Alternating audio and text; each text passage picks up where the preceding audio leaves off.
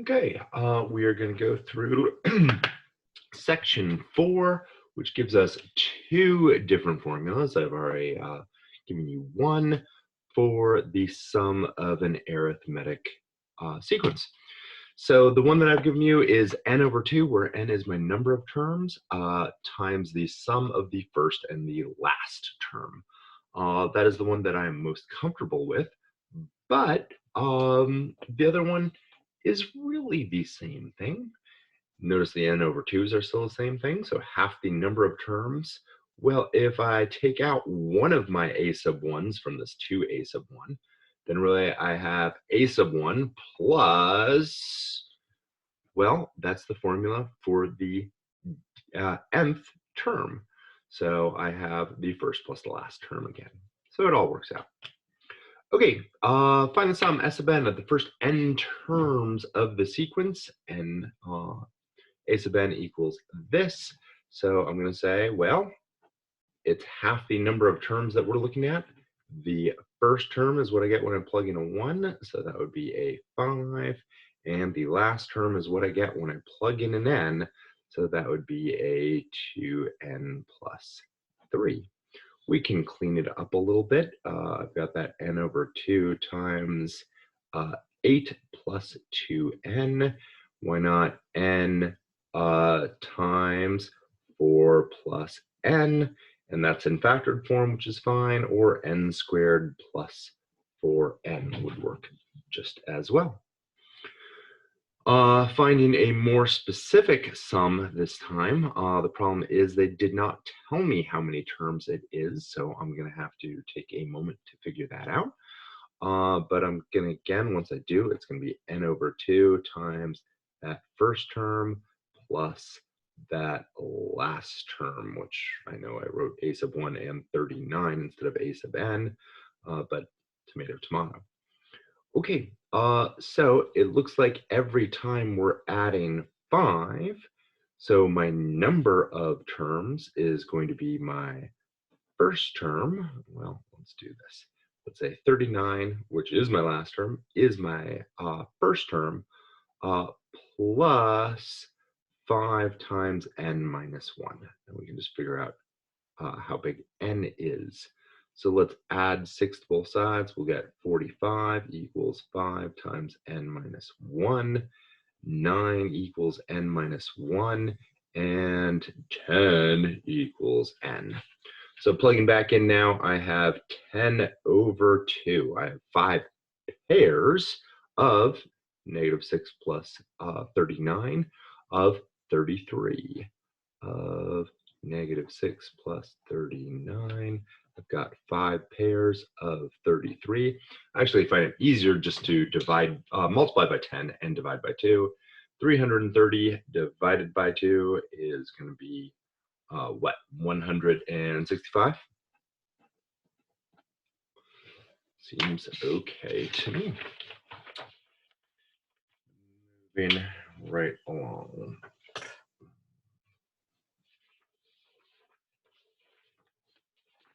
This time they wrote it in sigma notation, but no big deal. We still know that there are 36 terms, so there are 18 pairs, all of which would be the same as, if I plug in a 1 here, I get negative 5 minus 2, a negative 7 plus, really looks like it's going to be a minus. If I plug in a 36 here, I would get a negative 182. So 18 pairs of negative 189. That seems calculator worthy to me. I'm going to go ahead and use the calculator. 18 times 189, I'll just remember to make it negative 3,402. Okay, how many terms must be added in an arithmetic sequence whose first term is 8 and whose common difference is 7 to obtain a 203? Love it, we're kind of doing this thing backwards. So 203 would equal my number of terms divided by 2 times my first term, which is 8, and my last term, which is 8 plus 7 times n minus 1. Okay. Let's clean this up a little bit by multiplying both sides by 2. 406 equals n times, looks like we get that 16 plus 7n minus 7. If I distribute that 7, this will be therefore a 9. So 406 equals n times 9 plus 7n.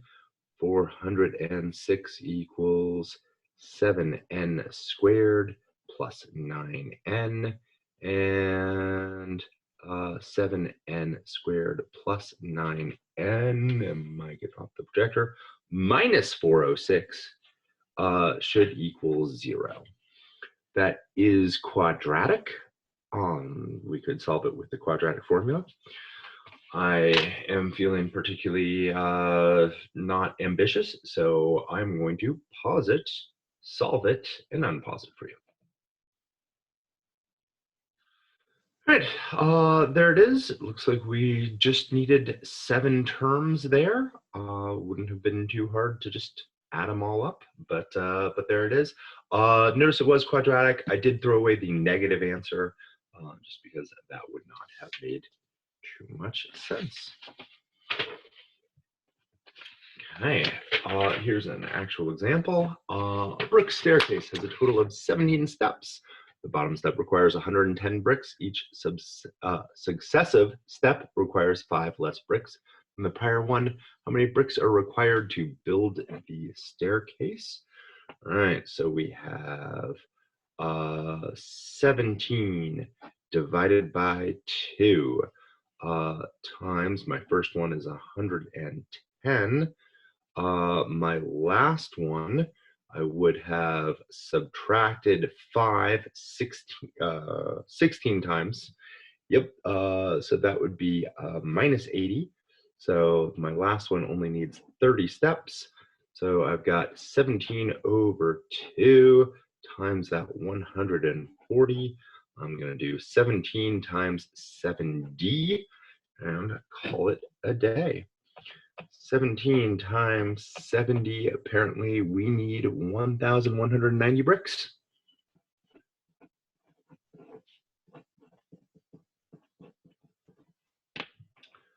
That wasn't so bad. All right, people, I will see you tomorrow.